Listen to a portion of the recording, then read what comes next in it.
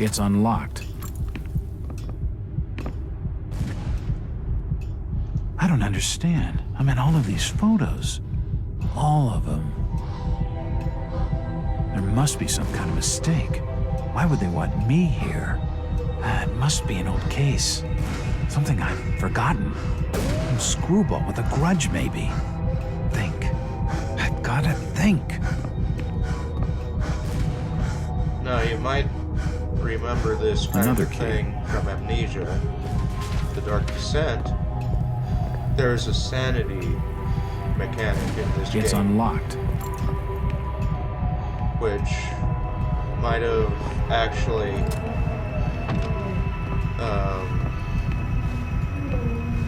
It appears to be a private study area. Think. It appears to be a private study area. Inspired Amnesia. It appears to be a private study area. The drawer holds an ancient manuscript. And the symbols on the front seem to be written in classical Greek. I don't know about that, but he's watching. There are definitely some strange sounds coming from this side of the room.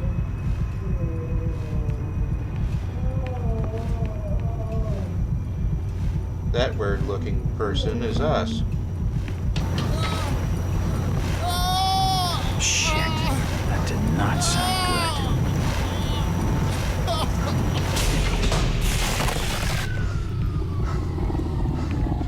good. Well, that's just swell.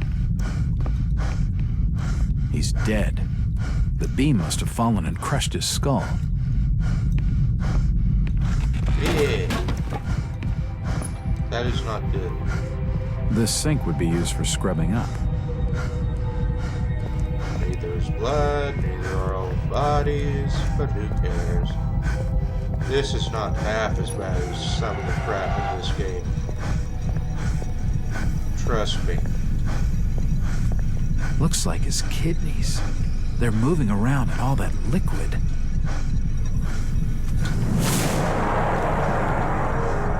Okay. Ah! It's too hot to pick up. So, we have to kill him. Oh, shit!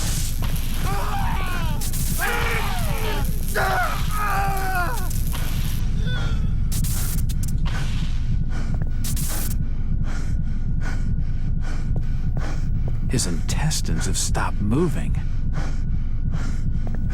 Yeah, they have. The crystal's still warm.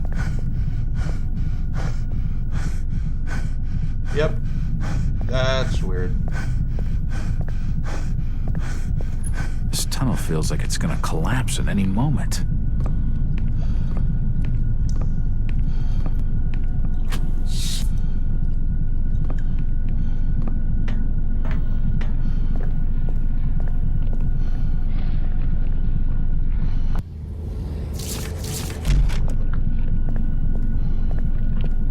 Those crystals, from what I gather, are power supplies for these machines.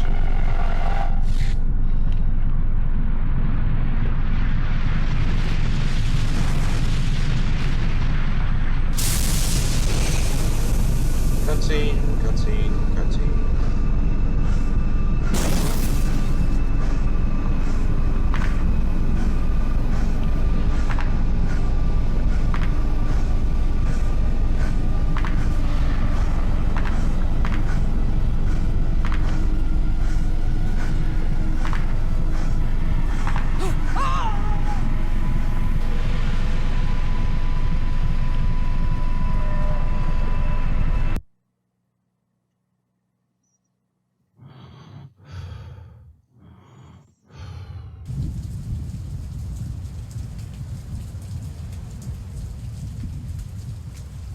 It's been more than 6 years since I entered that strange house in Boston.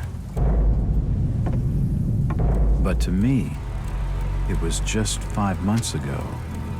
Amnesia, the doctors called it. Probably brought on by acute mental stress. Acute, I meaning remember temporary. investigating the far side of the library. There was screaming.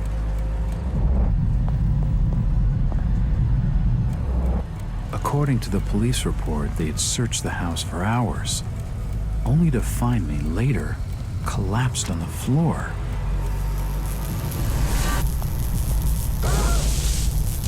When my eyes opened and I spoke, my colleagues recoiled in fear. There was something unnatural in my voice and blank gaze.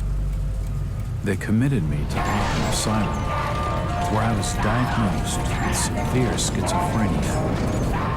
As it became clear that I presented no danger to either myself or others, I was released from the asylum's care. I have learned little of my activities in the 6 years that followed. The accounts I've been able to piece together show much of my time was spent in travel and study. I maintain a fanatical infatuation with the occult, delving deep into volumes concerning witch cults and dark legends, often in languages unfamiliar to my own. When I reawakened 5 months ago, exactly 6 years after entering that house in Boston, no trace was left of what had been a secondary personality. I was myself again, or at least what I believed myself to be. Return to normal life has been a painful process. In recent days, my dreams have been plagued by cosmic landscapes, and I've become fearful of my own reflection. I am beginning to remember things from that day, more than 6 years past, that I have told no one else.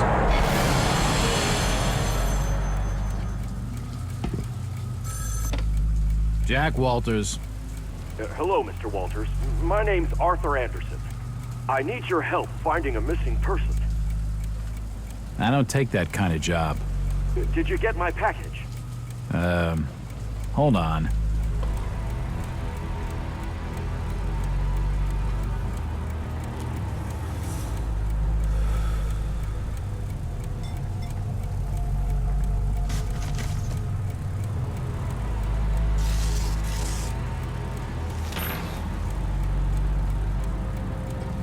What exactly do you want from me, Mr. Anderson?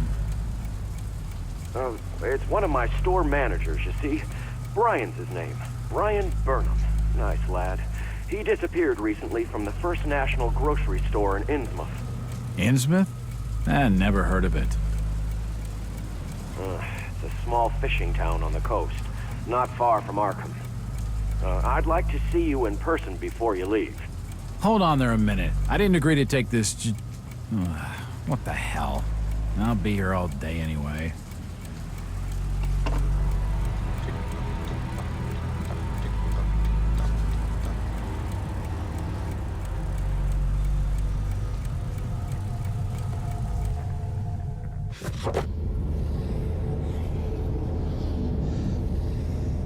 Nighttime. I have a new client, Mr. Arthur Anderson, the regional manager of the First National grocery store chain. It appears that the First National grocery in Innsmouth was recently burglarized, and its manager, Brian Burnham, is missing. From what I have been able to gather, Burnham is something of a young rogue. A friend of the family, Mr. Anderson, gave him the job as a favor. Burnham is looking like the prime suspect for the robbery, but there are a few things that don't add up. Not to Anderson and not to me. For instance, why would Burnham force an entry into the store when he had a full set of keys, free access to the cash register, and the combination to the back office safe? To misdirect any investigation? If that was his plan, why did he disappear? Following my conversation with Mr. Anderson, I found out what I could about the ancient town of Innsmouth. For generations, the crumbling seaport and its people have been shunned by neighboring communities. Outsiders are unwelcome there, and there are superstitious tales of a strange element in the town's oldest families. They are of mixed blood, so the stories go, whatever that's supposed to mean. The usual Hicktown prejudice, no doubt. After making a brief visit to Innsmouth, My client came away distrustful of the local authorities. He isn't buying their line that Burnham robbed the place, and wants to know what happened to him. Only one bus goes to Innsmouth, and tomorrow afternoon I'll be on it. It feels good to have a purpose after 5 months trying to break through my amnesia. I also feel a little apprehensive. Maybe it's the wild stories about the town, or maybe it's just because I haven't had a case in so long. Well, that's about all the time we have for this episode. So, without further ado, have a nice night, have a nice morning, have a nice day, whatever. And as always, I will see you in the next video. And stay classy.